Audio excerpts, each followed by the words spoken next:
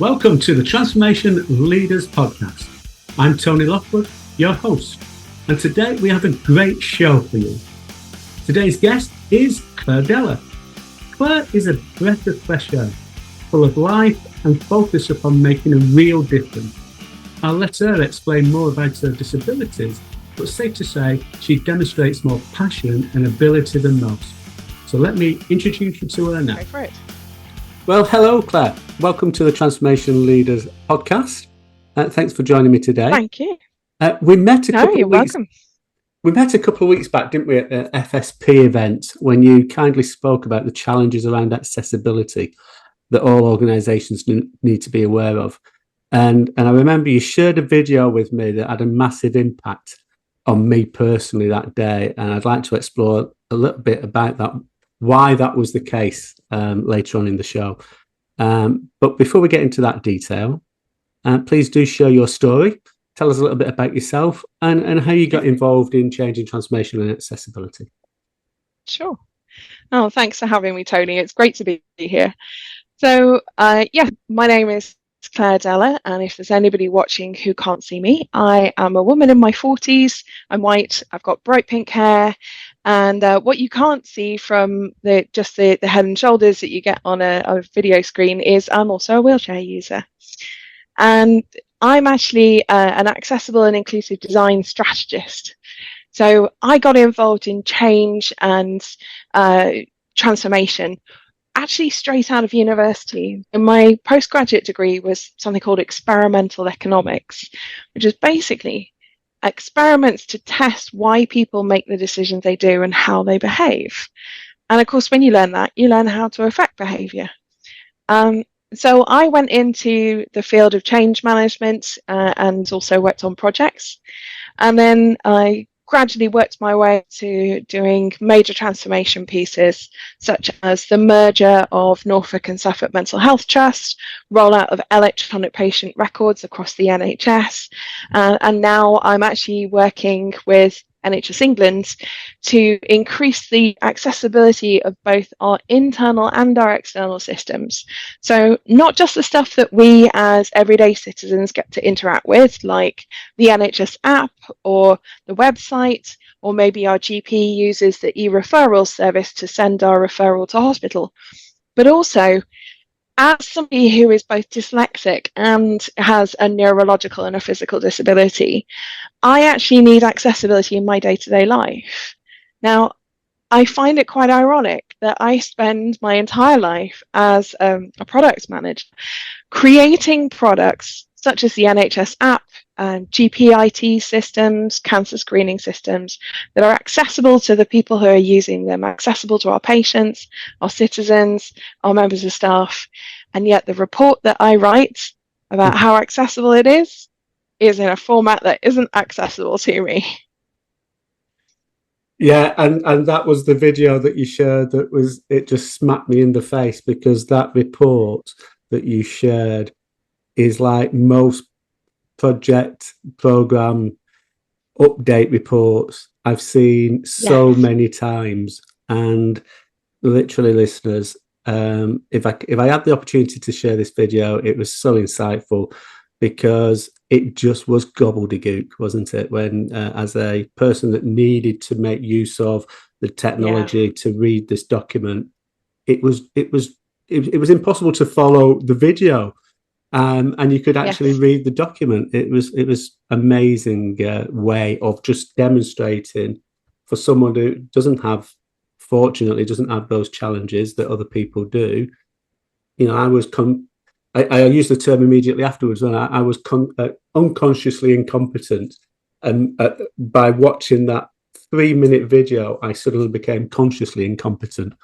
I still haven't gone through I still haven't gone through the process of understanding how to work out and do things better, but at least I know that I need to do, which is the first stage, isn't it? But isn't that the importance of transformational change?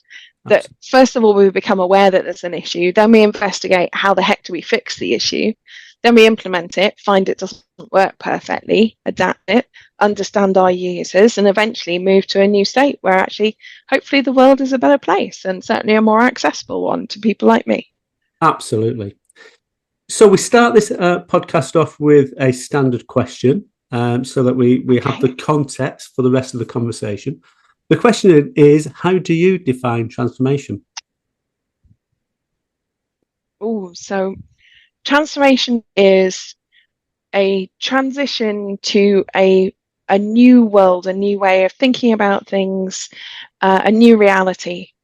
So when I get my teams together, I'll often work with the strategic leadership teams in large scale organizations, and I'll be asking them, what's driving you? What's your vision of the future? What's different? Close your eyes, imagine a new world. What does it look like? Who's there? How are they involved? What are they doing? How are they operating? How do they feel about things? What's their emotion? What's their culture? We say, was it perception trumps reality? And when you can perceive a different environment, I think you can then achieve that environment. But if you are just focused on the here and now, you're never going to be able to transform into that new world. But it's what we're looking for when we're doing transformation projects. And to be honest, I count pretty much everything as a transformation project. People say, oh, you work in technology, you're in STEM. Yeah, I am a woman in tech. But actually, what I'm about is transformation. I'm about a new world. I'm about a world where patients are in charge of their own data. I'm about a world where I, as a wheelchair user, can get away around my hometown freely. I'm about a world where those of us who are neurodiverse, have visual impairment, have sensory impairment, whatever it is that is blocking us from being able to fully participate isn't there anymore. I've often heard it say, why do we build steps and then add a ramp? Why don't we just build the damn ramp? So that's about envisioning that future state that is new and different and feels different, and people's emotions different, as well as their behaviors and the environment that they're doing stuff in. So that's transformation for me. Brilliant. I love it. I love as you say, some of those examples that you gave there, where you mentioned the steps and the slope previously, and it's like, well, why would you ever put steps in? But again, as a designer, they're probably thinking, well, actually, we can make use of a small amount of space by putting some steps in, but don't really think the consequences of that design feature in the first instance. Absolutely. But these days, and then they have to add a massive ramp in, which takes up even more space.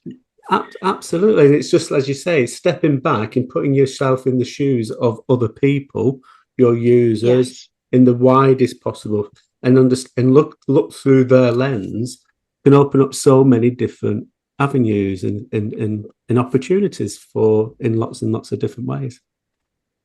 And we talked about how transformation is that vision of the future and imagining a future and how it feels and looks and how it works.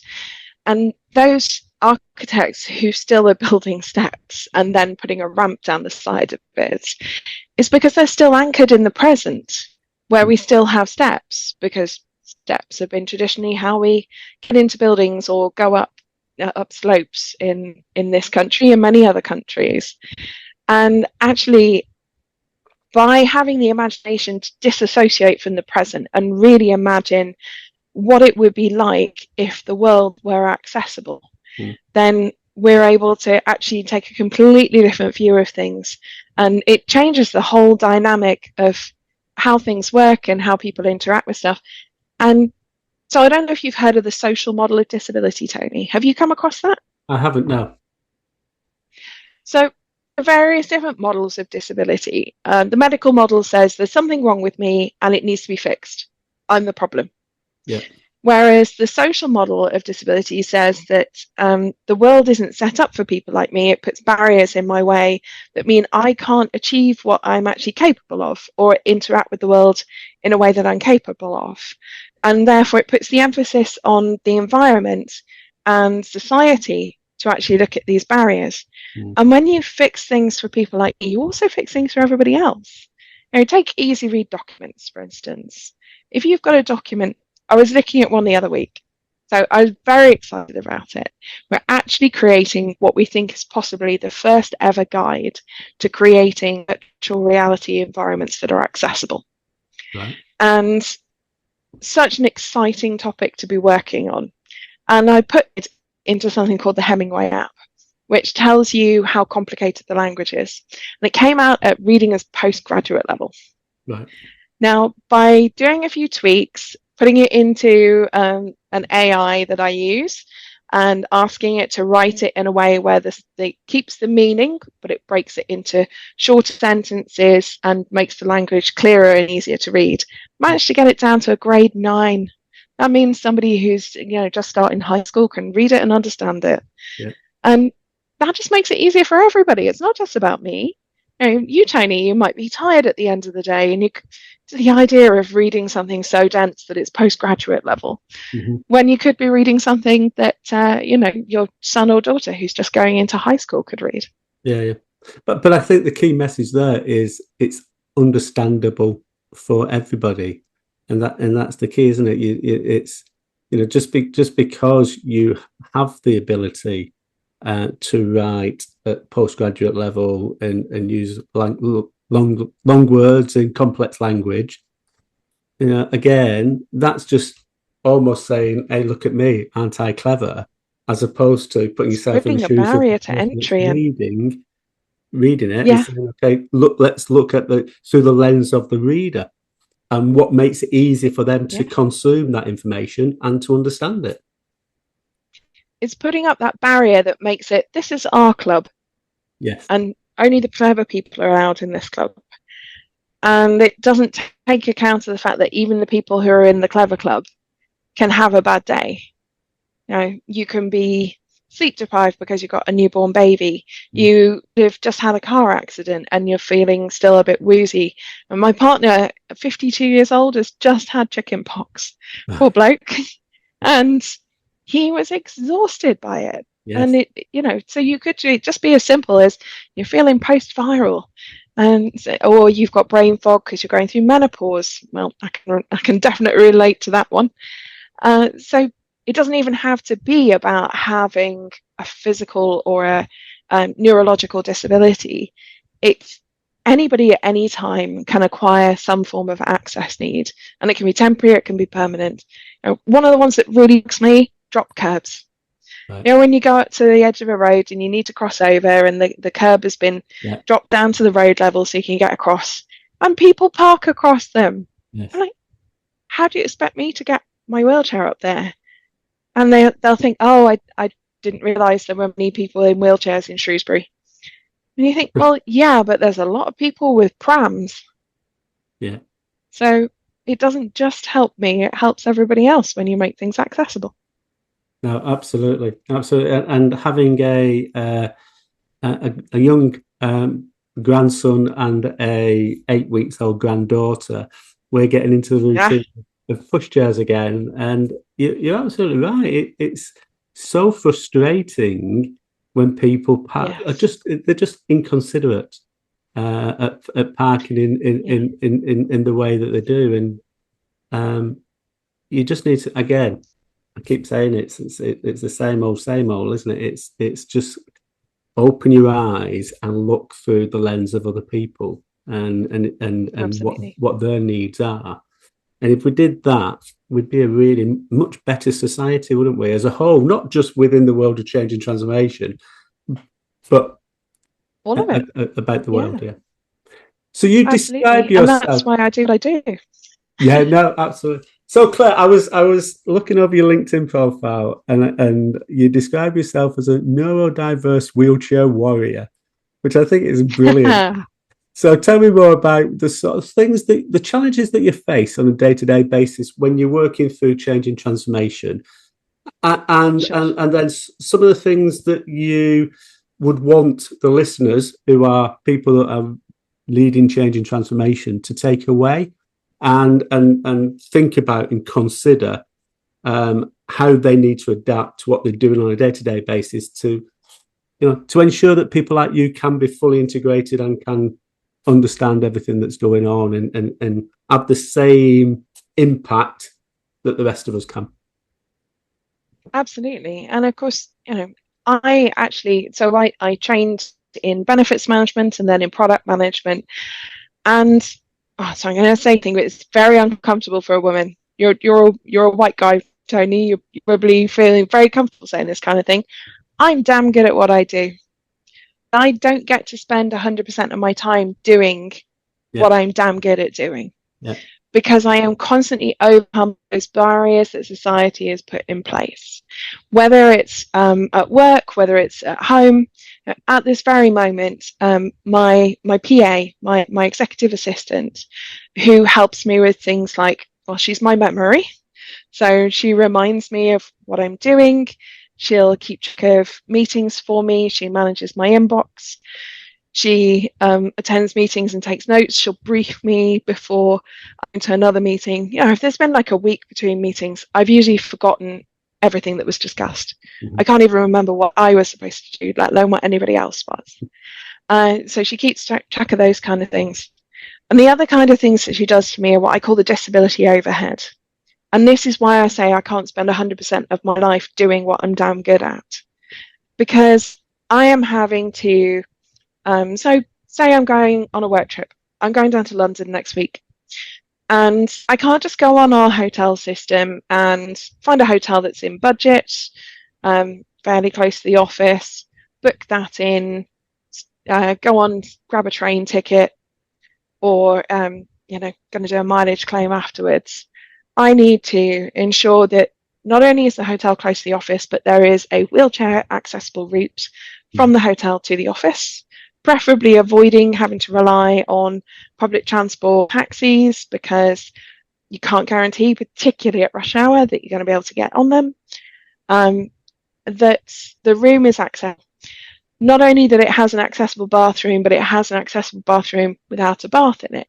Mm-hmm. Now, some hotels, their accessible bathrooms have baths in, and some of them, they're wet rooms. I can't climb into a bath. Yeah. Whereas other people who have access needs, the bath helps them, and maybe they use a hoist to get in and out. So we're doing a lot of research about the hotel. We're researching the route from the hotel to the office. I've got to make sure that I have a personal evacuation plan for the building that I'm going to be working in. That probably involves having evacuation buddies. Mm-hmm. So I have to arrange for people to be working in that office with me at that time, who've had the training on how to use an evacuation chair, how to evacuate somebody who's using a wheelchair. Then we have to make sure that I can get there. So I use wheelchair taxis. It's a government grant that pays a lot extra costs, so my employer isn't disadvantaged by employing somebody with a disability. It's called Access to Work. And they pay for a grant for me to use wheelchair taxis. But I have to arrange them, and they're pretty thin on the ground in Shrewsbury, yeah. Especially when I want them to go all the way to London and then come back in a couple of days and pick me up again. Yeah, so all of this organisation, I've gone on a very long story there, but that's the disability overhead. Yeah. Now, my executive assistant, Eva, absolutely amazing. She has been life-changing for me, because she has freed me from doing all of that and then dealing with the nightmare expensive system afterwards that doesn't work with a screen reader, doesn't work with voice recognition, is really difficult for someone who's neurodiverse to take in. She deals with all of that. Yeah. And then I can concentrate on doing what I need to do. But at the moment, she's off. She's off sick. So I'm without support at work. And at the same time, my housekeeper is off sick. Oh. So not only do I not have support at work, I don't have any support at home. So these are things that can completely derail your life. Yes. There's a fantastic book written by the journalist Lucy Webster, used to work for the BBC. She has cerebral palsy as a wheelchair user, and it's called The View from Down Here. I have blatantly stolen her title. I think it's fantastic. And she writes about how when everything's working fine, when she has her assistants and her support workers in place, everything runs smoothly. You've got to know each other, you know each other's foibles, you know who's good at doing showers, you know who's good at setting up your computer right for you. And then it all falls apart when one of them leaves, or one of them needs holiday, or one of them's off sick, and you're phoning round trying to get help and trying to see if you can get people to do extra shifts and calling on friends. And then she talks about, and I so feel this, what it's like to have to finally go, Mum, sorry, I need your help. Yeah. And my mum drops everything, and she's spent all week, 4 days down here this week, making sure that I'm in clean clothes, and the flat's fairly tidy, and the kitchen's not going to give me E. coli.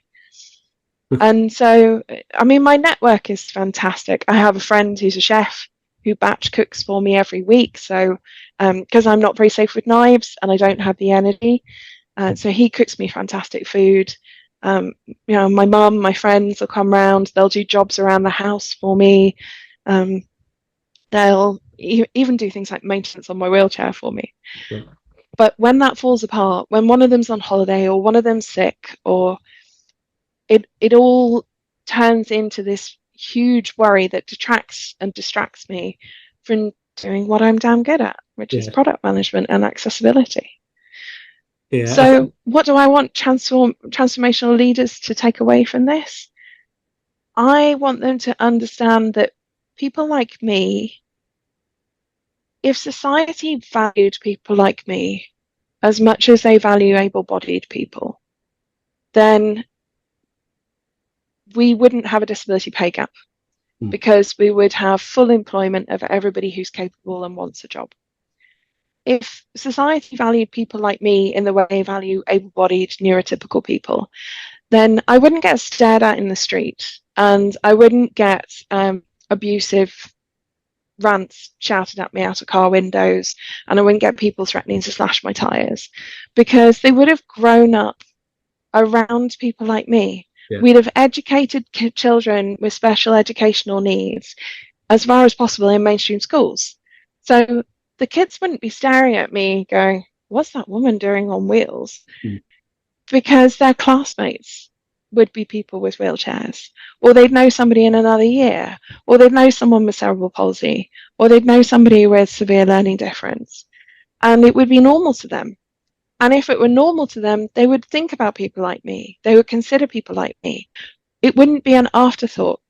I wrote a blog called Accessibility is a Choice, and I had some very interesting reactions. A lot of people loved it, and there were quite a few people who said, I felt really uncomfortable because I don't feel it was a lack of choice. I just feel I wasn't educated on the topic. And I say, no. The choice happened much earlier. The choice was made by society not to educate you about people like me, not to educate you about accessibility, not to think of anybody other than the majority. So when you as a transformational leader are looking at a project, you're looking for benefits. Benefits are the measurable improvements that are seen as beneficial by a stakeholder. They contribute to your organizational objective. There you go, just quoted the textbook. And those benefits are why we do projects. Yeah. They are the measurable steps, the measurable improvements that go towards that vision of the amazing future where people behave differently and feel differently and work differently and interact differently. And often the value is actually at the margins. So I recently worked on the cancer screening system for cervical cancer. And I was really passionate about making sure that we were actually making the system as accessible as possible to people who are trans, the unhoused community, and the traveller community.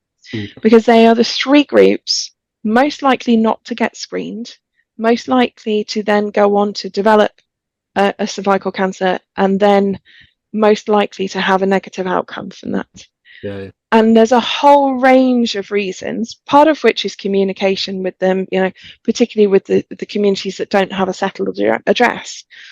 But with the trans community, a lot of it is about the ongoing trauma that they face by being medically gaslit and objectified and having people be biased against them every time they interact with the health service. Yeah. There's something called the trans cold. And it's like, whenever somebody who's trans goes to the doctor and they say, "Oh, I've got this skin rash," they'll say, "Oh, it must be your hormones that you're taking, or it must be, it must be because you're using a breast binder or something." And okay, no, it's a contact rash from getting bleach on my skin. It's nothing to do with being trans. Those kinds of ongoing traumas make it very difficult for them to engage with health services. So the benefit of being able to improve access and improve the engagement with the service from the trans community, the unhoused, and the other communities has a massive benefit, even though it's a small number of people, because they're the ones most likely to lose their lives. So it can feel like a big change for a small group, but the value is at the margin. Yeah. You said something at the start of that process there, that discussion, that really hit home, and it's a story no, it's a story that comes back time and time again. And the point I was referring to is when you were saying that the government has put a lot of elements in place to allow you to be the best person that you can be and do the job that you're really good at. But then they've stopped when it comes to that expense management piece because they've just not thought about it. So it's almost that they've not looked at the end-to-end process, which it happens so many times in organizations. They get the first part of it or the middle part of it really, really good, but the start and the end is dreadful. And because of that, the benefit, you don't get the real benefits that you should get because they've not looked at the whole end-to-end process. I can afford my housekeeper because I have personal independence payments. My first application for personal independence payment took me 4 months to write and was 87 pages long. Right. Because the form is designed for people who have a single condition that has an obvious and steady effect. I've got arthritis, I can't clean, I can't hold a knife and fork, I can't pull my own socks on. It's straightforward. I have something like, when we listed them out, it's something like 23 conditions. And they want me to list them all individually and then list the individual effects, the medication that I'm on for each of them. Or some medication I'm on for one med covers multiple issues. Sometimes I can't tell whether I'm fatigued because of my fibromyalgia or I'm fatigued because of my heart condition. Yeah. I'm fatigued. Does it matter which one it is? So breaking it down in that way made it an incredibly complicated process. And there is, unfortunately, a rather cynical view in the disabled community that it's done deliberately. It's one of those societal barriers. It's part of the social model that they deliberately put a barrier in place to stop us claiming. Yeah. So you have to be really desperate and or have the resources to be able to actually make a claim. Yeah, and whether that is the case or not, I suspect it's all started off by individuals building up a process, and then a process just been bolted on. No one stepped back to say, is this the right process strategically now? Yeah. That's why I describe myself as a strategist. Absolutely. Because I'm looking at that entire process. And I'm not into those kinds of conspiracy theories, so I understand why people do feel that way about it and can interpret it that way. I think it's much more likely to be cock than conspiracy, but yeah, it's important to step back and look at the whole process. That's why user journeys are so important. Yeah. That's where I start when I'm working on a product, when I'm working on a transformation. I start with, what's the service? What are we trying to achieve at the end of this? And how do people move from it? How do they come into it? How do they interact with it? What are the various ways that it might go for them? Do you get a positive or a negative screening result in your cancer test? What happens to you then? How do you come out the other end of it? How do we make sure that you are emotionally and psychologically safe throughout that process, as well as actually following the physical medicine. And from that, I can look at it and say, okay, at which points do we currently have problems, and what are the various solutions? And it's really important to hold my team back from going for a tech solution, because often it actually isn't. Or there is a very complicated tech solution, or there's a really simple one that costs a lot less. Yeah. But if you have a hammer, then every problem is a nail. So it's about making sure that you're not jumping to conclusions and jumping to your obvious solution that fits your way of thinking. And that's where user research comes in. It's so important. I was doing some user testing today for one of our systems here at NHS England, and I was really proud of them, because not only were they asking me to test the actual system, but they asked me to test the training course that teaches people how to use the system. And they asked me to look at the email and the sign-up process. So we are starting to step back and have that strategic view of how does all of this fit together, and what are the various routes through the system that somebody could take, because nobody ever does everything the same way. You know, life isn't a sausage machine. You turn the handle and the sausage comes out. No, absolutely. But I do agree that, yeah, we all get caught up in the next shiny object. You know, that Yes. I think part of that is, it's just life, isn't it? Yeah. But the strength is saying, yeah, that could open up some real opportunities, but let's just step back and, as you say, strategically look to say, is it taking us closer to or further away from where we said we're going to go, our vision, our ultimate strategy? And then what's the impact upon the different elements that make up that customer journey, or that whatever it is, whatever the process is? And a big part of that, where are those benefits? Exactly. And what do we need to do?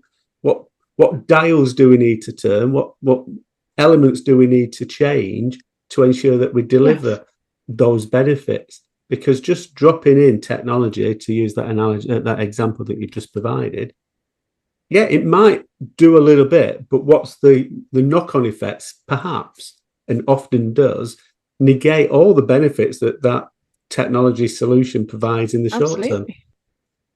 Yeah. System thinking is all about looking at the knock-on effects and how does it actually affect every part of the system up and downstream, not just dropping something in to fix one problem that then causes 10 more. Yeah. And I've been in lots of organizations that do that, and I'm sure you have. I've seen a few. Yes, I've seen as a few. Consultants, we don't tend to be brought in when things are going well. No, I was talking to someone the other day about as people who are involved in change and transformation on a daily basis, how when we go into organizations as a customer, or into the NHS as a patient, or visiting parents who are patients and stuff, you're looking through the lens of a change stroke transformation person, and you can see all of the things that actually we did this slightly different. There might be a real benefit, and it's enlightening, but equally quite frustrating, because, you know, as you say, things have been built up over many years. Inefficiencies have been built up over many years, but no one really ever has the chance to step back and look at it strategically from end to end. So, yeah, fascinating. And I think one of the changes in transformation over the past decade is an understanding that it doesn't have to be a big bang. Yes, transformation is different from continuous improvement. So continuous improvement really is taking an existing process and fine-tuning it, like taking an engine and making it more efficient to run. Whereas transformation is putting a new engine in, you know, swapping from diesel to electric, or whatever the alternative is. And we used to think that therefore transformation had to be big bang. And actually, as a technologist who is an agile professional, the applicability of agile in change management is huge. because not only can you take the same principles that underpin it and are in a different setting, but actually it reduces risk. Yeah. And it allows you to react more quickly because you haven't put in a map system and then found, oops, we forgot the ramp. Yeah. But actually you're putting a small amount in and you test it with some real users and they go, how do I get in there? I found an issue with SharePoint on one of our tests where I actually couldn't navigate to the button that would take me out of the page. Right. Because if I was tabbing in circles around one part of the page. It locked me into a loop. It's only by testing those things and doing some small area first, or even just rolling out, doing a bit of A/B testing where you only roll it out to maybe 10% of your user base or one region. Yeah. You get to see what the effect is and you get to test it in the real world. What is it? No plan survives first contact with the enemy. No system survives first contact with the users. Yeah. And so Agile, the methodology has really grown from what originally started as a way of building tech products into anything where you are dealing with complexity. And isn't that just the definition of change, Tony? Absolutely. Complexity. Yeah. We're in an environment where not only do we not know the answers, sometimes we don't even know the questions. We have factors that not only can we not measure, but we can't even conceive of that affect what's going on in a change. It could be something that is totally unconnected to our organisation. For example, our own organisation, NHS England, implementing a change around people's working hours. And we're not connected to, we are connected with, but we are not civil servants. Mm-hmm. But when Jacob Rees-Mogg was going around putting notes on people's desks, it was actually creating a heck of a lot of anxiety in our organisation, even though he didn't actually have any control over us. For people who can't necessarily work in an office on a regular basis, or for whom that's quite a heavy disability overhead. Yeah. Getting to the office, getting around the office, coping with bright lights, with noise, with reflective surfaces that bounce light around if you're neurodiverse. Or one of my colleagues works in a secure area, and because of that, the door is incredibly heavy. He's a wheelchair user. He can't get the door open. Yeah. Can't get into his own office. So that complete separate event that was happening, that was unconnected to our organisation, was massively increasing the anxiety of many of the members of the staff ability network on a topic that actually Jacob Rees-Mogg had no influence over our organisation. It's the butterfly effect, isn't it? The butterfly beats its wings on one side of the world and causes a storm on the other. No, absolutely. And I think the whole sort of concept of agile, people, when a lot of people, when you say, oh, we're following sort of an agile approach, their mind goes into as you say, that traditional agile type of activity. But you need to just bring it up. It's about it's about working with agility, and I use the satellite navigation analogy a lot. When you're doing any transformation, you dial in your end point, your North Star, your destination, as clearly as you possibly can. But from where you are to that point, the journey that you'll take is you need to be cognizant of all the things that are going on. Has there been accidents? Has there been issues that's stopping, causing traffic jams? And then having the agility to move your priorities around, move your projects around, just change things as you go through, but still know that you're getting to where you want to get to. That in my mind, that's what being agile is all about. And that is the definition of complexity. It's an environment in which you cannot predict that the input will give you the desired output, because there are unknowns what was it, Donald Rumsfeld? Unknown unknowns, Yes. like being unconsciously incompetent. Yes. Um, there are those unknown unknowns. You may never actually see the accident that happened 3 roads over, and what you're actually impacted by is the diverted traffic. Yeah. Yeah. Exactly. Yeah. The So knock-on effect. not only do you not have any control over it, but you don't even see it. Yeah. You have to adapt to it.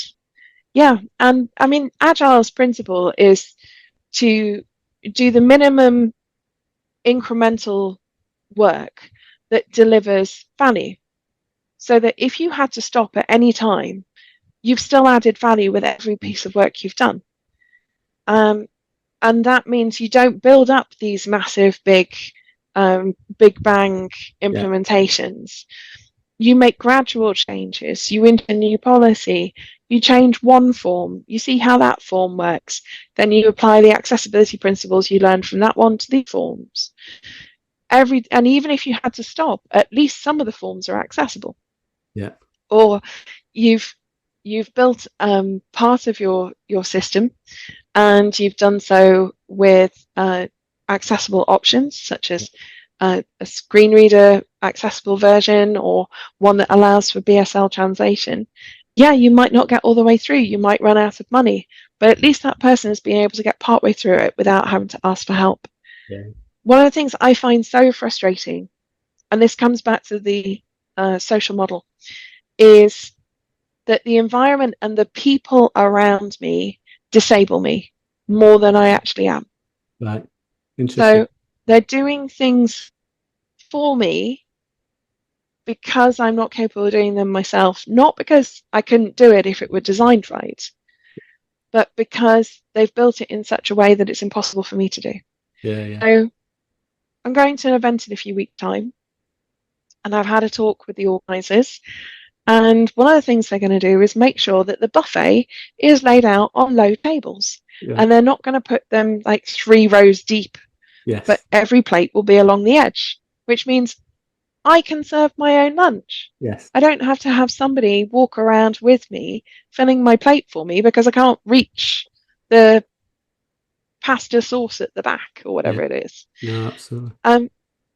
So it's about whether or not society is disabling me. And actually, I want to be doing as much as I can for myself. That's not to say that there isn't a beauty independence. I have grown incredibly close with the friend who comes and cooks for me every week. Mm-hmm. And he says he gets as much out of it as I do, because cooking, food is his love language. Yeah. He's one of the best executive chefs in the Midlands. And he gets to spend a couple of hours, no stress, no pressure.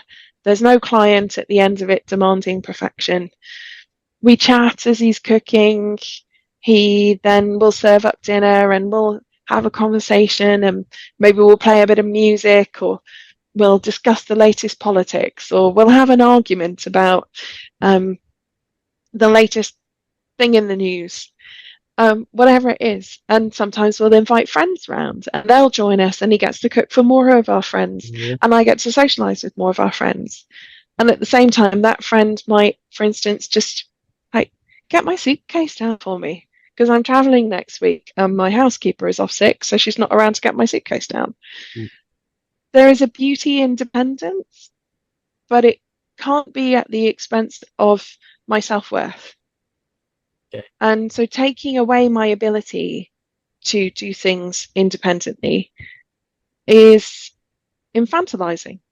It's treating me as not a full person. Yeah.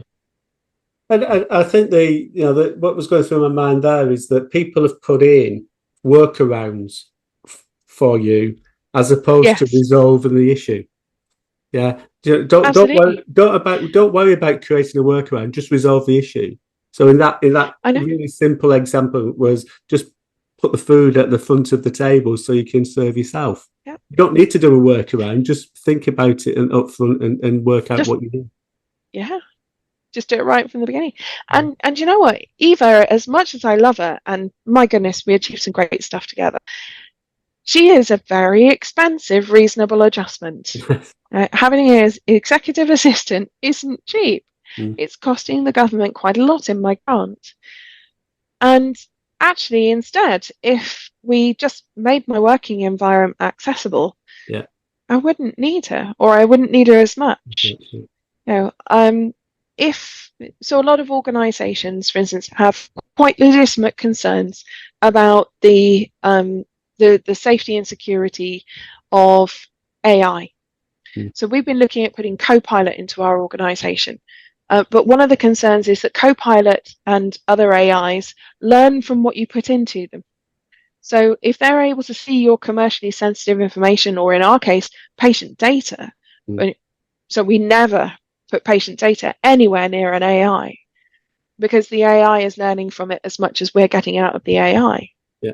But if we can find a safe way to put Copilot into those environments where there isn't anything that's particularly risky or insecure, or to create a version of Copilot that sits in isolation and is controlled by us, and therefore we know is GDPR compliant, I wouldn't need her to make notes of every meeting, because Copilot would transcribe it and would say, oh, and this document was mentioned, and here's the list of actions. And therefore it would be enabling me. It would be taking away those barriers that otherwise we have to have a very expensive resource, a human being sat there doing for me. Oh, absolutely. Much as I love her. I said as we had the chat to plan this session that the conversation would just flow. I've just looked up. We've been at it now for just short of an hour. So I know. So we need to bring it to a close. Sure. But what's the one thing? What's the one message that you would want to leave the community with now around, that some of the things that you've experienced and some of the things that you would want people like us who are transformation leaders to take away from this conversation? I loved that you said at the beginning that I'd made you consciously incompetent, and that was the foundation step that would allow you to become competent. Yeah. We don't have to make massive changes. Yes, of course I want things to be perfect. Yes, of course I want everything to be 100% accessible.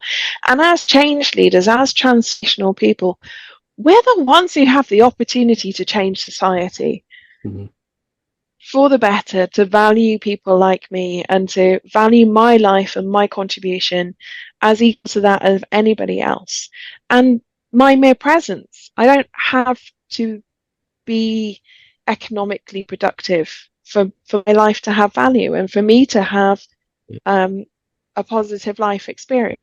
So we have a massive opportunity, and with that comes a massive responsibility. But I don't want that to overwhelm people. I want people to think about that agile principle of, even if you've made one change, which makes one small difference, that has made things slightly more accessible for somebody, that's a win. Yeah. So I'd ask people to take away from this the necessity to keep looking, to keep challenging, to keep looking for the next improvement that we can make, and to invest in involving people like me and people with access needs in your research before you build anything or before you change something, but also that you don't have to try to fix all of it at once. Yeah. And I appreciate it, even if all you've done is made one document accessible or one web page. It's an improvement to me. Take the win. Brilliant. And I made a note before I start just to make sure that we cover everything off at the end. And my note, I'll read it out. Claire, what a great discussion. I knew it would be.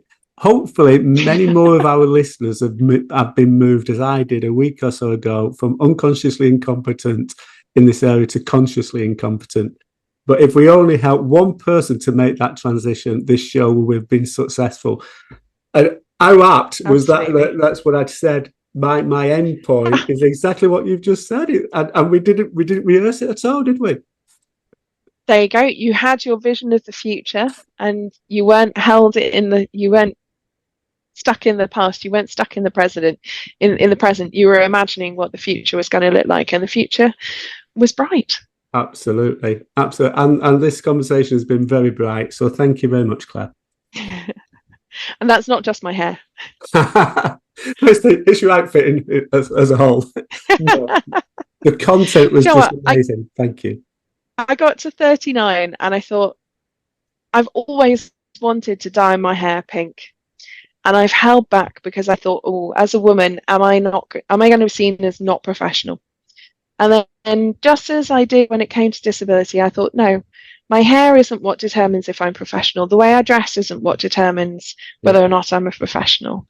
What determines whether or not I'm a professional is whether I'm damn good at my job. And I am damn good at what I do.